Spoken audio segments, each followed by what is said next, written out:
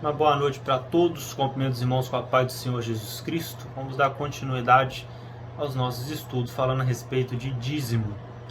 Vamos lá, fazendo uma leitura atenta do texto de Malaquias, capítulo 3, versículo 8 ao 11, da qual é o texto que as pessoas mais usam hoje em dia para pedir dinheiro dentro da igreja, falando que você é obrigado a dar dízimo. Observa-se que a extinta lei do dízimo estava intimamente relacionada aos produtos agropecuários. A 10ª parte desses produtos era depositado em câmaras especiais preparadas no templo. Na época de Neemias, estas câmaras eram chamadas de câmaras dos tesouros. Neemias, capítulo 12, versículo 44. E mais tarde como Casa do Tesouro, segundo algumas versões bíblicas. Malaquias, capítulo 3, versículo 10. Vamos lá. Em Mateus, capítulo 23, versículo 23. A nova aliança teve início com a morte de Cristo. Com a renovação do primeiro pacto, que dependia da morte de animais, estabeleceu-se o segundo pacto, que dependia da morte de Cristo. Hebreus capítulo 9, versículo 15 ao 17 e Hebreus capítulo 10, versículo 9 e 10. As normas associadas aos sacrifícios de animais e as atividades gerais do santuário apontavam para o maior e perfeito sacrifício que se concretizaria no Calvário. Todas as palavras de Jesus encontradas nos 4 evangelhos, proferida antes de sua morte, foram ditas durante a vigência do sistema sacerdotal levítico, período em que a entrega do dízimo ainda era obrigatória, conforme determinava a lei. Há poucas referências sobre o dízimo durante o desempenho do ministério de nosso Senhor Jesus Cristo, e em nenhuma delas é mencionado que Jesus deu o dízimo. Como Jesus não exercia a atividade agropecuária, ele estava isento de dizimar. A lei assim o determinava. Ver estudo. O dízimo durante a vigência do sistema sacerdotal levítico. Não há registro de que ele tivesse sido cobrado ou acusado pelos fariseus por causa disto. Os únicos textos encontrados são: ai de vós, escribas e fariseus, hipócritas, porque dais o dízimo da hortelã, do endro e do cominho, e tendes omitido o que há de mais importante na lei, a saber, a justiça, a misericórdia e a fé. Estas coisas, porém, devíeis fazer, sem omitir aquelas. Mateus capítulo 23, versículo 23. Outro versículo citado no Novo Testamento. Mas, ai de vós, fariseus, porque dais o dízimo da hortelã e da arruda, e de toda a hortaliça, e desperdiçais a justiça e o amor de Deus. Ora, essas coisas importava fazer, sem deixar aquelas. Lucas, capítulo 11, versículo 42. Jejuo 2 vezes na semana, e dou o dízimo de tudo quanto ganho. Lucas, capítulo 18, versículo 12. Em todas essas citações, o Senhor Jesus colocou a questão do dízimo numa situação secundária.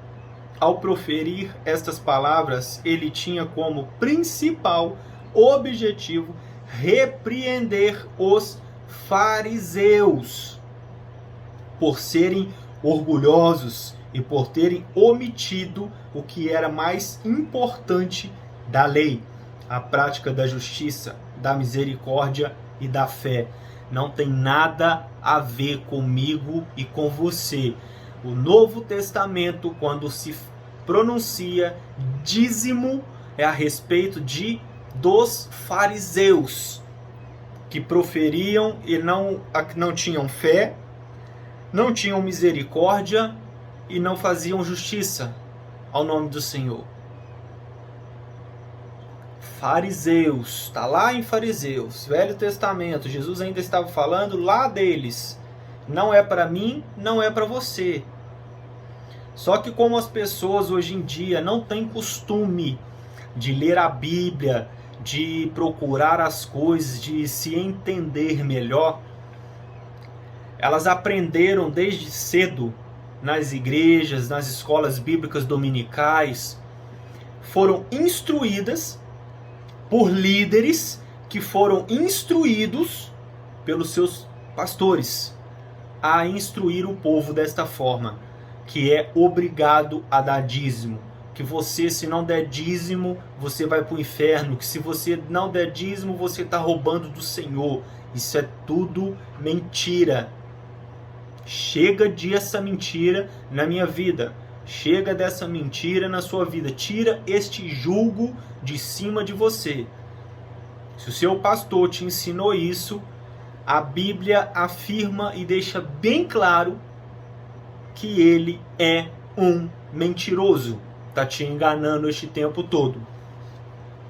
As denominações religiosas que defendem a validade do dízimo com base no que está escrito em Mateus capítulo 23, versículo 23 e Lucas capítulo 11, versículo 42, certamente não aceitariam hoje o dízimo da hortelã, do endro, do cominho, da arruda e de toda hortaliça para manterem as suas gigantescas estruturas institucionais e, além disso, provado está através destes textos que o dízimo não era entregue em dinheiro. Pastor, como que nós vamos manter essas igrejas grandes se não é obrigado a dar dízimo, se não é obrigado a dar dinheiro? Aonde Jesus mandou abrir tanta igreja na face dessa terra? Em lugar nenhum a Bíblia cita que é para cada pastor abrir uma igreja. A Bíblia diz, e é bem enfática em dizer: ide e pregai o evangelho a toda criatura. Jesus pregava o evangelho na rua, Jesus pregava o evangelho em praça, Jesus pregava o evangelho na praia. Por onde Jesus passava, ele pregava o evangelho. Ele nunca, no ministério dele, precisou de um templo para falar do amor do Pai dele. Nunca. Agora, se você, pastor, quer abrir uma igreja, colocar ar-condicionado, banco de primeira, tudo de primeira, arque com esta consequência, porque Deus não ordenou você a fazer isso. E não vem falar que você ouviu voz de Deus para abrir uma igreja, porque é mentira também. Jesus nunca ordenou que ninguém abrisse igreja no tempo de hoje.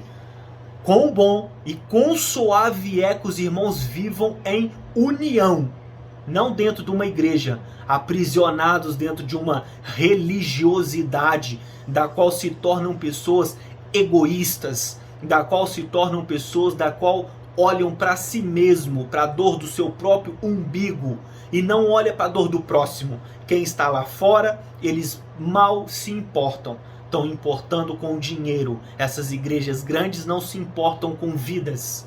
As igrejas grandes importam com quantidade de pessoas que entram para dar dinheiro.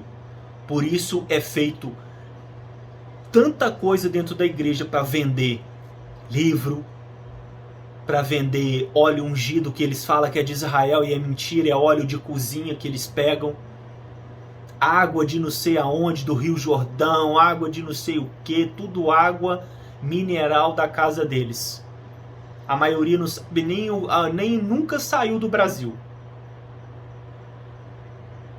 E não tem como trazer tanta água para para dar às pessoas, porque no avião não pode trazer essas coisas. Então não me venha de historinha, chega de história na sua vida, vai viver o evangelho, vai viver a salvação, vai viver a cruz, o arrebatamento, o arrependimento, deixar os seus pecados de lado, mudar de vida, mudar de caráter.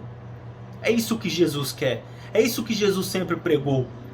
Jesus veio para salvar e dar a vida em abundância, não para te pedir dinheiro. E a Bíblia fala e deixa bem claro que Jesus, ele é dono do ouro e da prata. Ele independe do meu dinheiro e do seu dinheiro.